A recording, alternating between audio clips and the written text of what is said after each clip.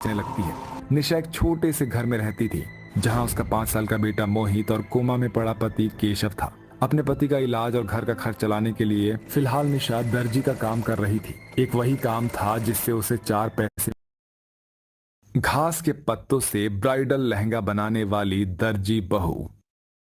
तेज बारिश हो रही थी और बारिश के साथ फिर आंधी चलने लगती है। निशा एक छोटे से घर में रहती थी जहां उसका 5 साल का बेटा मोहित और कोमा में पड़ा पति केशव था। अपने पति का इलाज और घर का खर्च चलाने के लिए फिलहाल निशा दर्जी का काम कर रही थी। एक वही काम था जिससे उसे 4 पैसे मिल जाया करते थे। आंगन में फिर से ढेर सारे पत्तों को देखकर निशा कहती है, ओहो, मैं तो यहाँ की सफाई कर करके पागल हो चुकी हूँ। पता नहीं कविता ने ऐसी जगह पेड़ क्यों लगाया है। उनके घर में तो फल फ्रूट गिरते हैं, यहाँ पत्ते पत्ते गिरने लग जाते हैं। रोज सुबह शाम की सफाई करनी पड़ती है। माँ, मुझे भूख लग रही है, बारिश भी हो रही है। पकोड़े बना दो ना। बेसन तो है नहीं, आटे के ही बनाकर खिला देती हूँ। और ये पत्ते बारिश के कारण गीले हैं, सूखते ही जला दूंगी। मोहन बेटा, तू अंदर चल, भीग जाएगा, मैं आ रही हूँ। फिर निशा अपने बेटे के लिए आटे के पकोड़े बनाकर उसका दिल रख देती है और अपने पति के सर पर हाथ रखकर कहती है, अजी आपको कोमा में गए 3 महीने हो गए हैं, अब तो आंखें खोल लीजिए। डॉक्टर कहते हैं कोमा में गया हुआ आदमी भी हमारी सारी बातें सुनता है। मेरे लिए ना सही अपने बेटे के लिए ही आ जाइए, आपके बिना अच्छा नहीं लगता है। माँ, आपने तो खाया नहीं, आप भी खा लो, आपने बहुत ही अच्छे पकोड़े बनाए हैं। तू खा लेगा तो मेरा पेट वैसे ही भर जाएगा बेटा। कुछ देर बाद बारिश बंद हो जाती है, पत्ते भी सूख जाते हैं तो निशा उन पत्तों को जला देती है। ऐसे ही अगले दिन भी आंधी की वजह से उसके आंगन में फिर से हरे पत्ते टूटकर गिर जाते हैं। ओहो, आज फिर से ये पत्ते इकट्ठे हो गए। मैं तो इनकी सफाई कर करके हद से ज्यादा परेशान हो गई हूँ। अब कितना कहूँ पड़ोसन को भी। एक तो ये पत्ते किसी काम में भी आने को राजी नहीं है। आज मैं इन्हें जलाऊंगी भी नहीं। इनको जलाते जलाते मेरी माचिस की 4 डिब्बियां खत्म हो जाती है। सिलाई का काम भी बाकी है, आज 2 जनों को ब्लाउज तैयार करके देना है। निशा आंगन में झाड़ू लगाकर पत्ते इकट्ठे कर देती है, फिर अपनी सिलाई मशीन पर बैठकर ब्लाउज सिलने लगती है। तभी आस्था नाम की एक लड़की आती है। हेलो आंटी, मुझे माँ ने भेजा है। आपने उनके दोनों ब्लाउज तैयार कर दिए? हाँ बेटा, बस अभी तैयार करके रखे हैं। ठीक है, दरअसल मैं आपसे एक और बात कहने आई थी। मैं बहुत बड़े बड़े फैशन डिजाइनर और शोरूम में गई हूँ। जितना हो सकता था मैंने उतनी खोज भी की है, सभ्यसाची भी और यहाँ तक कि अंबानी के कपड़ों की भी, लेकिन मुझे कुछ पसंद नहीं आ रहा। मुझे शादी का लहंगा इतना डिफरेंट चाहिए जो किसी ने आज तक न कभी पहना हो, न देखा हो, न उस लहंगे के बारे में किसी ने सुना हो। माँ ने बताया था आप काफ़ी अच्छी दर्जी हैं, बस इसलिए मैं आपके पास आई हूँ। और मेरी शादी में सिर्फ 15 दिन है। अब आप मेरा ब्राइडल लहंगा तैयार कर दीजिए। आप जितना बोलेंगे मैं उतना पैसा दूंगी।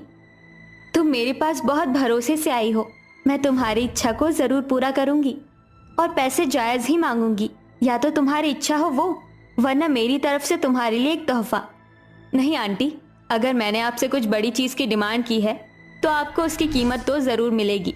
फिलहाल मैं चलती हूँ, मेरे पास कोई कपड़ा नहीं है क्योंकि मुझे समझ नहीं आया कि किस चीज़ का मुझे लहंगा चाहिए।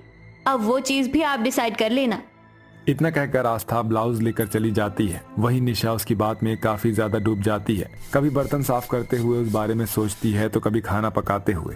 3 दिन बाद अभी तक मुझे समझ नहीं आया कि मैं ऐसी किस चीज़ का उसके लिए लहंगा बनाऊं जो उसे काफ़ी अच्छा लगे।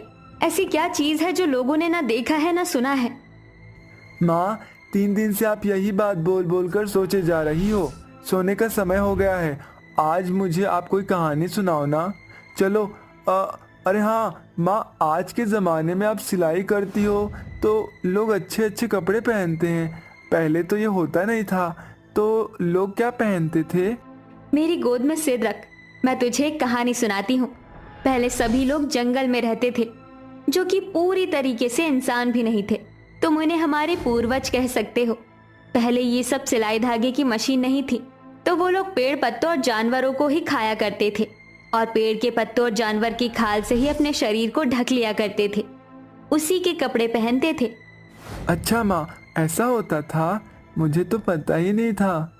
हाँ बेटा, अरे आइडिया, पहले के जमाने में भी तो लोग पत्ते के कपड़े पहनते थे। क्यों ना मैं आस्था बिटिया के लिए कुछ पत्तों से रिलेटेड ही ब्राइडल लहंगा बनाऊं?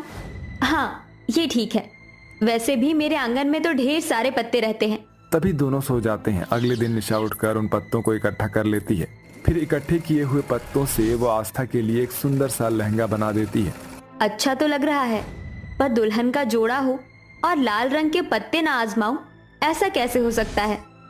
तभी निशा घर से थोड़ी दूर लाल रंग के पत्तों वाले पेड़ से पत्ते लाती है और उससे भी लहंगा चुन्नी ब्लाउज तैयार कर लेती है। अगले दिन आस्था आती है तो अपने सुंदर से लहंगे को देखकर कहती है, अरे आपने तो सच में मेरी बात को साबित कर दिया। ऐसा लहंगा कभी किसी ने ना देखा होगा और ना पहना होगा।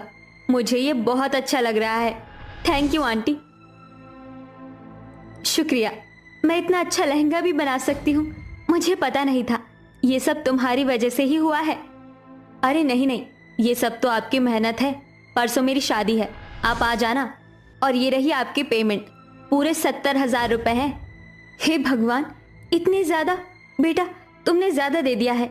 मेरी तो इतनी लागत भी नहीं लगी, पर मेहनत और कलाकारी तो है। और अंकल जी की तबीयत भी खराब है, इससे आप उनका इलाज करवाना, वो जल्दी ठीक हो जाएंगे। शुक्रिया बेटा, इन पैसों से मैं उन्हें फिर से अस्पताल में एडमिट करा देती हूँ। इतना कहकर निशा अपने पति को अस्पताल ले जाती है, जहां डॉक्टर उसके पति का इलाज अच्छे से करते हैं। और 2 दिन बाद वो आस्था की शादी में अच्छे से तैयार होकर जाते हैं, जहां आस्था का ब्राइडल पत्तों वाला लहंगा काफी लोगों को पसंद आता है। वहां अतुल नाम का एक डिजाइनर भी आया हुआ था, जो कहता है, वंडरफुल, इट्स अमेजिंग। आज तक मैंने ऐसा ब्राइडल लहंगा कभी नहीं देखा और इसका जुड़ाव भी प्रकृति से है। आस्था, मुझे बताओ ये किसने बनाया है? उसे मैं अपने स्टूडियो में ले जाऊंगा ताकि मैं उससे और लहंगे बनवाऊं, उसकी पोस्ट को बढ़ाऊं, कला को आगे भेजूं। आपने मेरे ड्रेस की इतनी तारीफ की, इसके लिए शुक्रिया। ये निशा आंटी ने बनाया है, वो देखो आपके पीछे है, आ गई वो। नमस्ते। मुझे तो यकीन ही नहीं होता कि आपने इन अलग अलग पत्तों से एक सुंदर सा दुल्हन का जोड़ा बनाया है। मैं मार्केट में ऐसे और दुल्हन के जोड़े लाना चाहता हूँ, क्या आप बनाएंगे? मैं आपको अपने फैशन डिजाइनर में पोस्ट देना चाहता हूँ। आपकी फीस पूरे 1 लाख रुपए होगी। मैं तो इस टैलेंट को विदेशों में ढूंढने जा रहा था, पर आपसे मुलाकात हो गई। देखिए मैं कितना खुशकिस्मत हूँ। देखिए मैं ज्यादा पढ़ी लिखी तो नहीं हूँ, मैं कैसे आपके फैशन डिजाइनर के पोस्ट में काम आऊंगी? फिर भी अगर आप मुझे इतना काबिल समझते हैं तो मैं आपके साथ जरूर काम करूंगी। आंटी जी आप चिंता मत कीजिए, ये बहुत बड़े फैशन डिजाइनर है। सच